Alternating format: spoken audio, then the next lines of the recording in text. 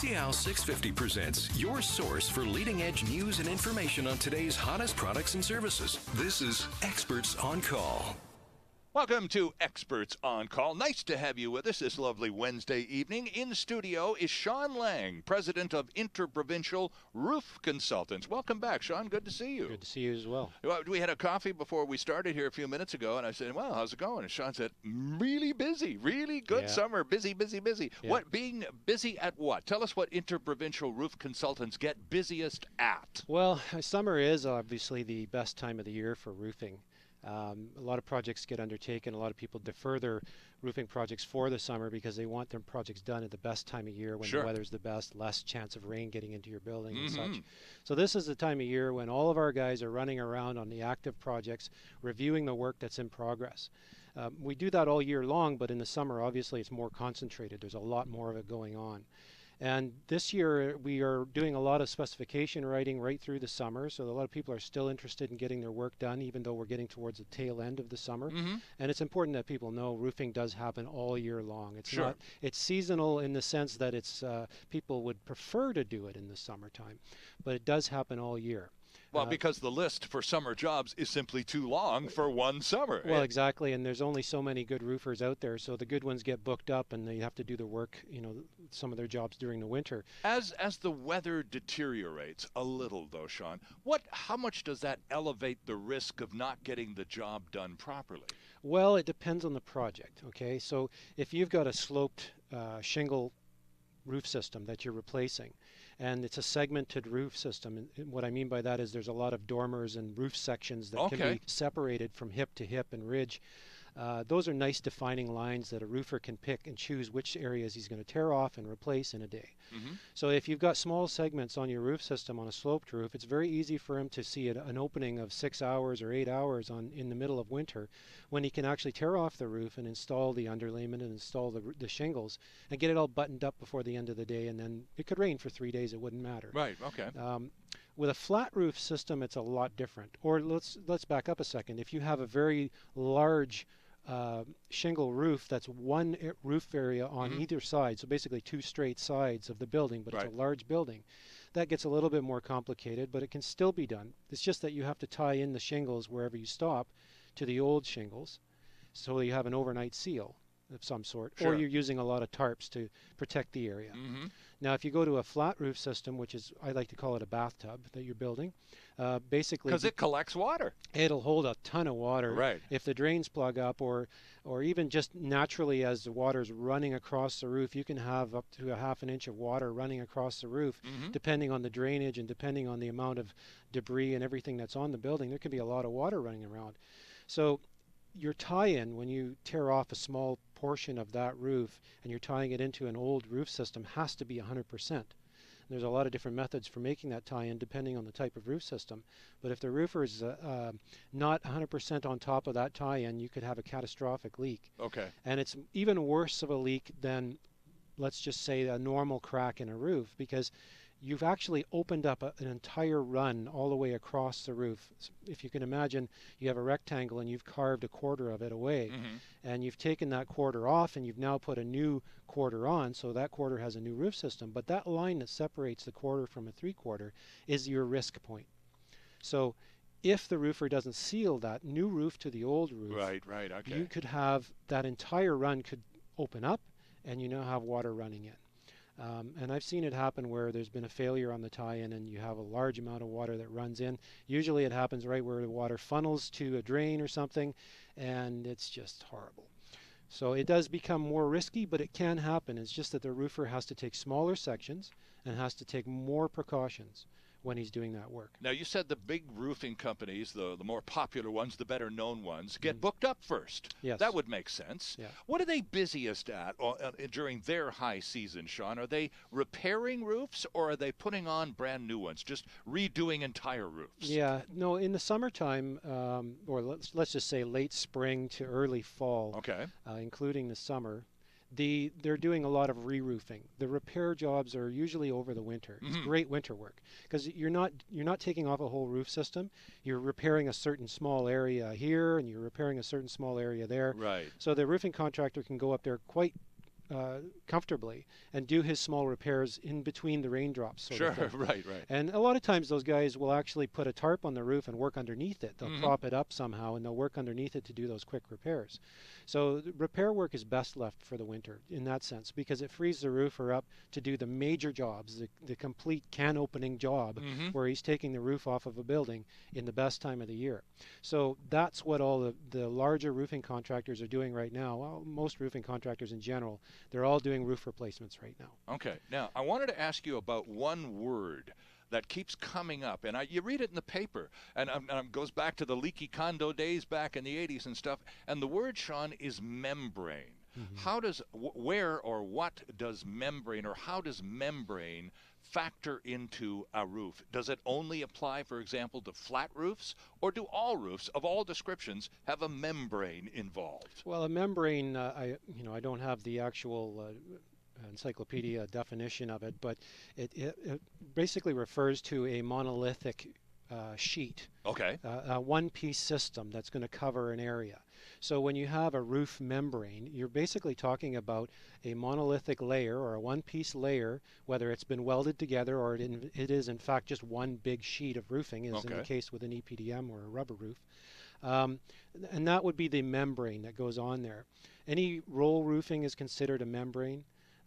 Any rolled sheet, whether it's self-adhered or loose-laid, could be considered a membrane. Let me stop you, because now we're into terms that I want to stay with you here. I want to understand what we're talking about. So when you see these guys putting the roofs on a house, they got these big black rolls of what we would call tar paper. And then they put the shingles on and stuff over them. Is that rolled out stuff? Is that considered a membrane? Well, you could say it is, but it's not technically, because it's not sealed.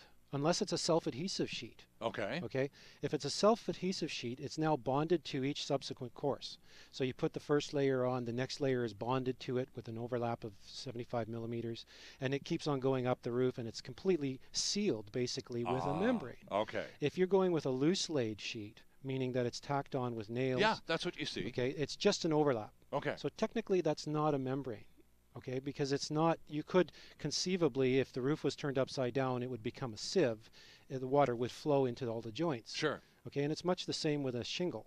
The shingles are relying on a gravity system for water to run off of one and onto another and onto another and onto another. Sure. So it's not a membrane system. It's a roof system, but it's not a membrane. So membrane in general, it refers to a completely sealed roof membrane. Okay, so do these apply only to large commercial projects, Sean, or apartment buildings or strata environments? Is it unlikely that in a subdivision with each of those individual homes on the streets, they wouldn't have membranes, would they? No, they would. Not to the same degree as a commercial building, obviously. Right. Most commercial buildings, I mean, I don't think I've ever seen a commercial building that had a sloped roof system on it. Actually, there might be some, but in general, residential buildings do have a sloped roof system, but they may have a small dormer off one side that has a flat roof membrane, or they may have an eyebrow roof that has a flat roof membrane on it. So when the roofers go in there, they actually have to put that flat roof membrane on first, because the shingles will overlap on top of it where it rolls up any slopes. So yes, there can be a combination of the two, and in some cases there's actually residential buildings that have only a flat roof membrane on there. So they don't have any shingles at all. And you know, some of these architectural type buildings are mostly concrete and they have a flat roof and it's very defined lines on there, and that's the look they want and that's the look they get. Silly question for you, and this is completely out of left field. When you go up to one of these ski resorts, and anywhere there's a winter environment like Whistler or Twin Peaks in Kamloops or wherever, most of the chalets have tin roofs or metal, of some kind of metal roof, and they say this is to allow the snow to slide off. It doesn't provide much friction for the snow to grip to, and it loses the snow more quickly. Is there an advantage to having that type of roof system down here on the coast, or would it be impractical? Well, that's kind of a tricky question. When it comes to metal panel roofing, which is a very good form of roofing, there's a couple of things you have to think of.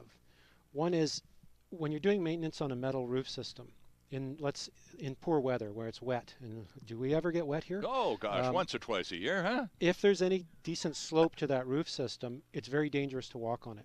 because when it's wet, it becomes a slide. Oh, absolutely. Much yeah. like a slide at a children's playground. Mm-hmm. So to go up there, and let's say you were to have a problem with an air conditioner that's mounted on the roof, or you had a pipe where the seal around it, the sealant is degrading, you've got a leak running You'd down almost the want pipe. to have magnets in your shoes. Well, they make special shoes for walking on that, but I don't know that I would trust them.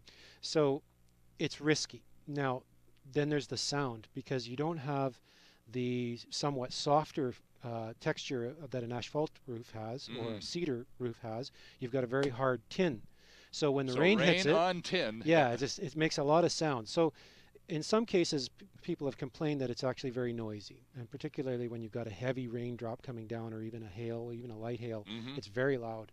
So there's that to consider. Up in the snow country, basically, you're right, they do want it so that it'll shed the snow, but then they go and they put snow guards on all the roofs that are meant to retain the snow and stop it from falling off. Right. So it's kind of an oxymoron, right?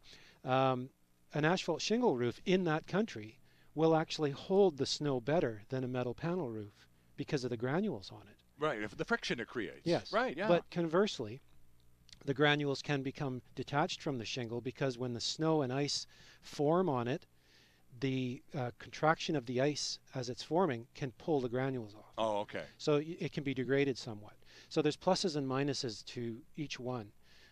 Down here, most people go with an asphalt shingle. That was my next question. It was because we went through a phase, particularly in the 80s, when it was all about the shingle roofs, the shake roofs, cedar shake roofs. I mean, there are whole subdivisions around Metro Vancouver that have nothing but. That was the big thing. Is that still as popular, or have builders gone back to the more old school shingle approach? No, it's not as popular. There's a lot of people that really love that look. But as far as the installers, there's more installers installing asphalt shingles nowadays than any other kind of sloped roof system. Interesting. Okay. Yeah, it's for a lot of reasons. It's very easy to install. The tools that you need are very light. You just need a hammer, or maybe an air compressor if you want to go there, and a knife, and some other small tools, so you can start installing it. The cost is good. The reliability is good. The maintenance is very good because it's very easy to walk on. It's got the granule surface. So even in poor weather, you can go up and you can walk on it quite safely. Yeah. As long as it's not very steep. And then there's no ice forming on it. But it is probably the safest sloped roof system to walk on in that sense. And do most commercial buildings, or you said you actually kind of answered it earlier, you alluded to the fact that it's very rare in a commercial or even large residential complex to have anything but a flat roof, right? Well, I don't know about large residential.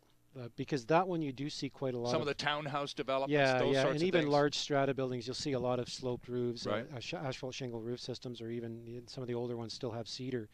But what I mean is, like warehouses, you're not going to see a slope. Of course. If it's ridiculous, you'd never have that. Right. So, yeah, it's primarily residential that is going to go that route. Okay.